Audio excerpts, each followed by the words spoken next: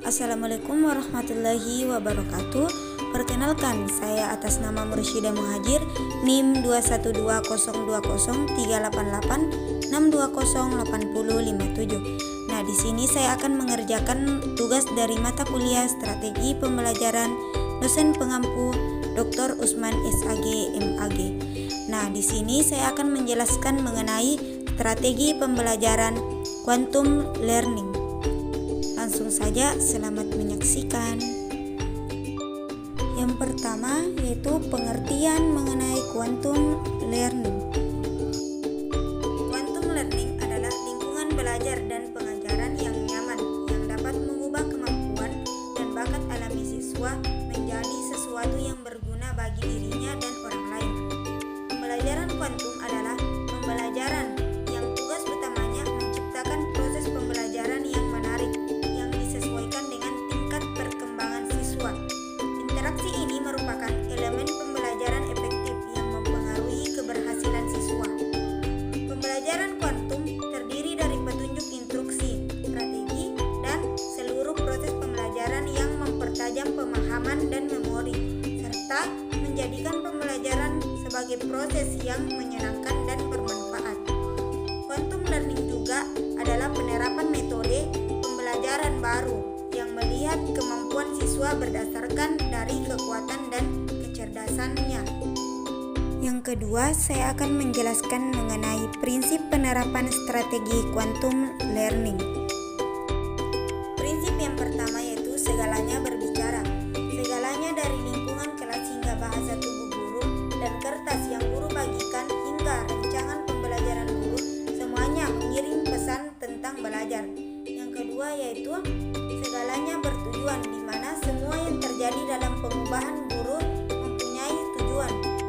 Yang ketiga yaitu pengalaman sebelum pemberian nama otak, kita berkembang pesat dengan adanya rangsangan kompleks yang akan menggerakkan rasa ingin tahu. Oleh karena itu, proses pembelajaran paling baik terjadi ketika siswa telah mengalami informasi sebelum mereka memperoleh nama-nama untuk apa yang mereka pelajari.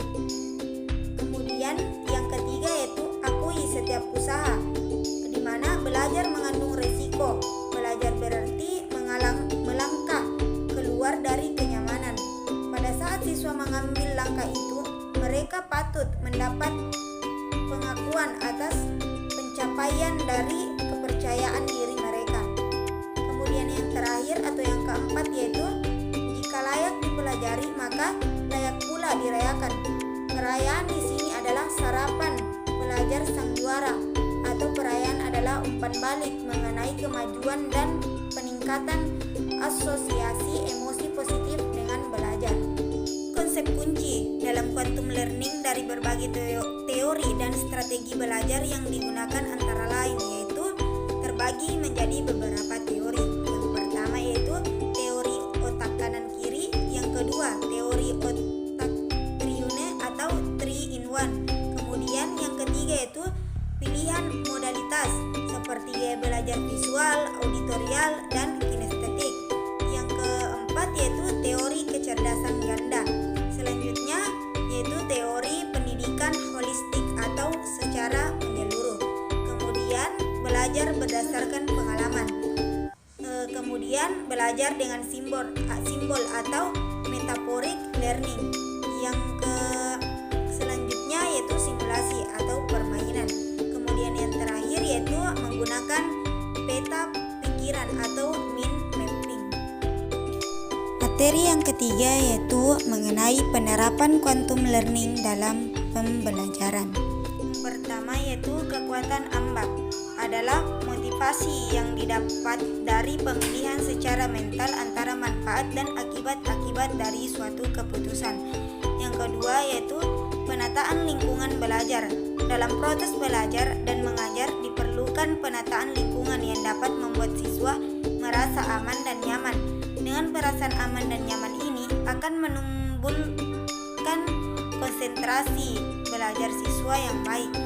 Yang ketiga yaitu memupuk sikap juara. Memupuk sikap juara ini perlu dilakukan untuk lebih memacu dalam belajar siswa. Seorang guru hendaknya segan untuk memberikan pujian atau hadiah pada siswa yang telah berhasil dalam proses belajarnya. Yang keempat yaitu bebaskan gaya belajarnya. Ada berbagai macam gaya belajar yang dipunyai oleh siswa, di mana gaya belajar tersebut yaitu visual, auditorial, dan kinestetik. Dalam quantum learning, guru hendaknya memberikan kebebasan dalam belajar pada siswanya dan janganlah terpaku pada satu gaya belajar saja. Selanjutnya atau yang kelima yaitu membiasakan mencatat belajar akan benar-benar dipahami sebagai aktivitas kreasi ketika siswa tidak hanya bisa menerima, melainkan bisa mengungkapkan kembali apa yang didapatkan menggunakan bahasa hidup dengan cara dan ungkapan sesuai gaya belajar siswa itu sendiri. Yang keenam yaitu membiasakan membaca. Salah satu aktivitas yang cukup penting adalah membaca, karena dengan membaca akan menambah pembendaharaan kata, pemahaman, menambah wawasan, dan daya ingat akan bertambah. Yang ketujuh yaitu jadikan anak lebih kreatif. Siswa yang kreatif adalah siswa yang ingin tahu, suka mencoba, dan senang bermain. Dengan adanya sikap kreatif yang baik, siswa akan mampu menghasilkan ide-ide yang segar dalam belajarnya.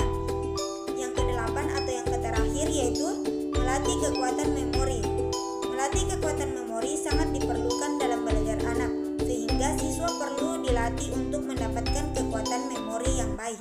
Keunggulan dan kelemahan strategi pembelajaran quantum learning.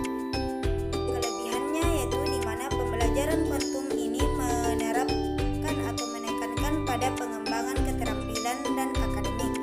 Pengalaman yang diselenggarakan oleh Forum Pembelajaran Supercamp yang mempraktikkan pembelajaran kuantum menunjukkan bahwa siswa tampil lebih baik, lebih terlibat, dan merasa lebih bangga pada diri mereka sendiri. Kemudian dalam pendekatan pembelajaran kuantum ini, pendidik dapat lebih memahami siswanya karena mereka dapat diintegrasikan dan dipadukan ke dalam pembelajaran siswa dunia. Kemudian, adapun kelemahan dari strategi pembelajaran quantum learning ini yaitu di mana khususnya menuntut keahlian dan keterampilan guru. Kemudian, strategi pembelajaran ini membutuhkan proses desain dan persiapan studi yang jauh lebih matang dan terencana. Kemudian yang terakhir yaitu adanya sumber belajar yang terbatas, alat belajar, situasi dan kondisi yang sulit, serta waktu yang lebih banyak. Baik, itulah tadi penjelasan mengenai strategi pembelajaran quantum learning dari saya. Lebih dan kurangnya mohon dimaafkan. Terima kasih sudah menyaksikan video pembelajaran ini. Assalamualaikum warahmatullahi wabarakatuh.